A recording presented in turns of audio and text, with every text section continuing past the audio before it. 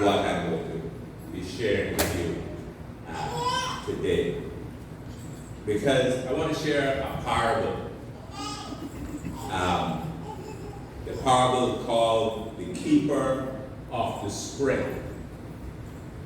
It's made famous by the famous Reverend or Dr. Peter Marshall, who was the chaplain to the United States Senate sometime in the early 40s. And I was reading a book recently, and the person took some liberty with the parable and has embellished it somewhat. And I was really inspired by it, as I think in terms of the new year, and I think in terms of all the things that are going on in our world.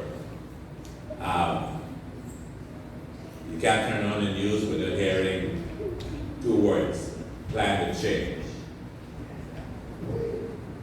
global warming.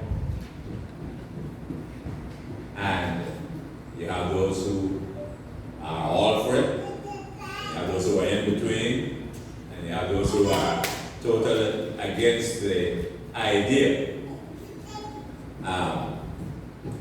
We are so aware of environmental pollution.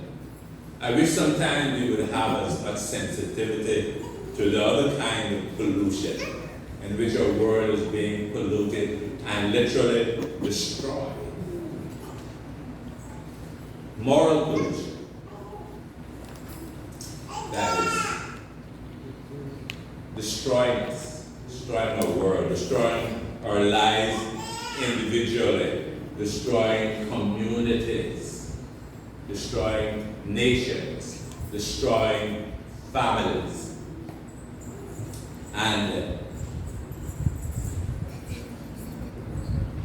we, in meeting in the mornings, we have been reading the Proverbs. I don't know how long we've been reading that. I guess it's over a year on a regular basis, probably 2 years or something like that.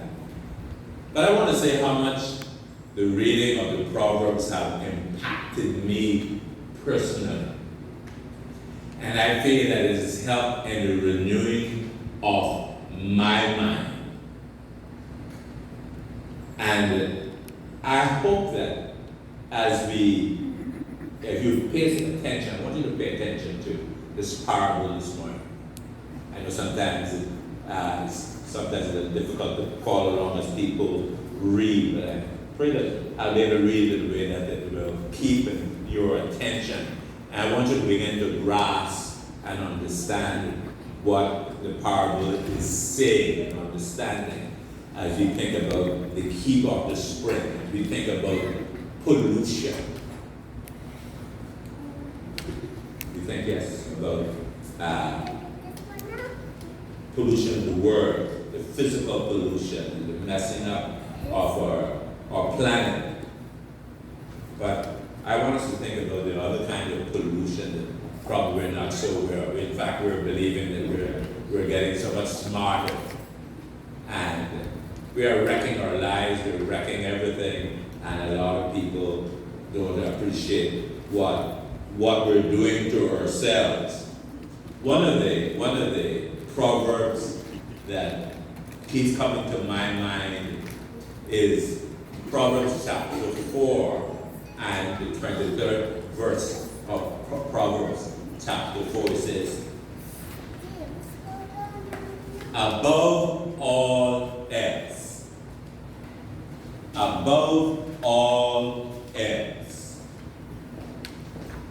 guard your heart. Why? For it is the wellspring of life. The wellspring of life. Guard your heart. So as we think about this parable that Peter Marshall told, and we're talking about the keeper of the spring. I want you to think about yourself and your role toward yourself, your role toward your family, the community, and the world as a whole. He says, life is often not what it seems. In the village of Fairwater, life couldn't be any better. In the village of Fairwater, life couldn't be any better. Or so it seemed. Fairwater's story is our story. It's about ordinary people like you and me, who live every day with few expectations that things could ever be anything but good.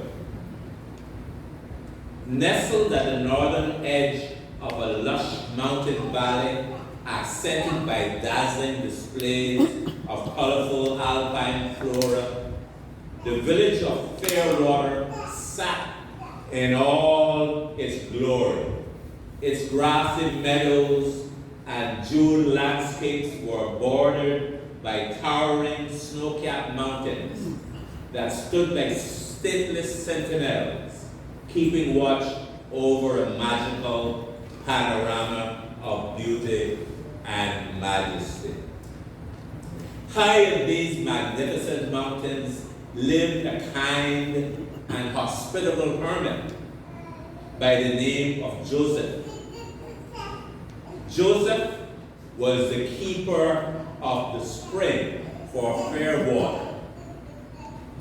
His job was to maintain the wellspring that generously supplied the village's most precious commodity and source of its prosperity, its water. Though faithful in the performance of his duties, he had done it for so long that anyone who still knew of them could remember. The spring produced deliciously sweet and refreshing water, unlike any other in the region. Vacationers, health seekers, fishermen, and merchants came from throughout the kingdom to savor Fairwater's delicious water. Many believed the water possessed healing powers. Visitors arrived daily to fill bottles and jars with the invigorating liquid pouring from the enormous public fountain in the center of town. Children rollicked in the clear pools in the village and nearby Crystal Lake, where fishermen found some of the best fishing imaginable. It would not be inaccurate to say that in Fairwater, one could find a part of the world where life may simply be described as good. Joseph rarely wandered far from the spring and cottage in which he lived. In fact, he had not been to the village for years, which explains why most people in Fairwater forgot he even existed. The few who remembered knew him only as an old hermit living by himself in the hills. Few knew that what he did of them. It's not difficult to understand why. The stories about the history of the wellspring that once passed from generation to generation gradually ceased being told altogether. A long life of ease and contentment in their peaceful valley gradually erased all recollection of the stories from the community memory. The good life of Fairwater was simply taken for granted. It was inevitable, I suppose, that the village would question the need for a keeper of the spring. The Fairwater Town Council no longer had members who remembered anything about Joseph and his duties. A diligent council would, after all, not keep something in its budget that was unnecessary. So the decision was made to terminate the single line item simply listed as spring keeper. It was equally inevitable, I suppose, that an inner restlessness would find its way into Joseph's heart.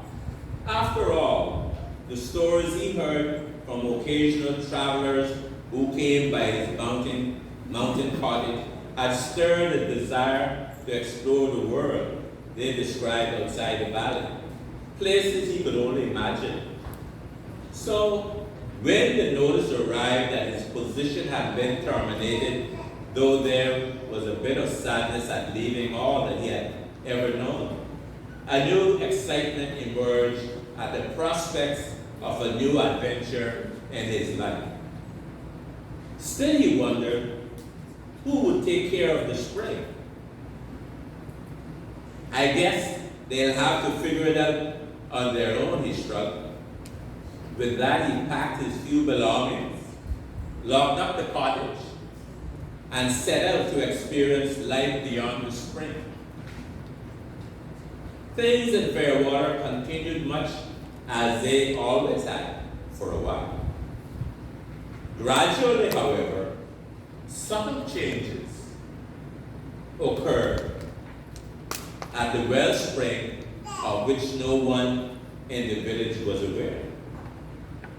Piles of rotting pine needles and other decaying forest vegetation steadily built up around the spring. Trash left by the occasional travelers accumulated around the cottage and wellspring. For a time, the flow from the spring was strong enough to break through the accumulating debris and forced its way into the stream channel. Over the next 2 years, however, things changed noticeably. The natural buildup, owing to the cycles of nature, caused the unremitting stream to ever so slowly surrender to the buildup around the well. With the stream channel blocked, the water gradually dispersed around the cottage, creating a marshy bog. In the village, people noticed that the water flowing into the pools and fountain had slowed. A peculiar greenish tint in the water was observed as well. Several voiced their concern to the village council. "We assure you it's nothing," the council responded. "We still have the purest water in the region. There's nothing to worry about. We're sure this is just a temporary situation. We have our best people looking into it.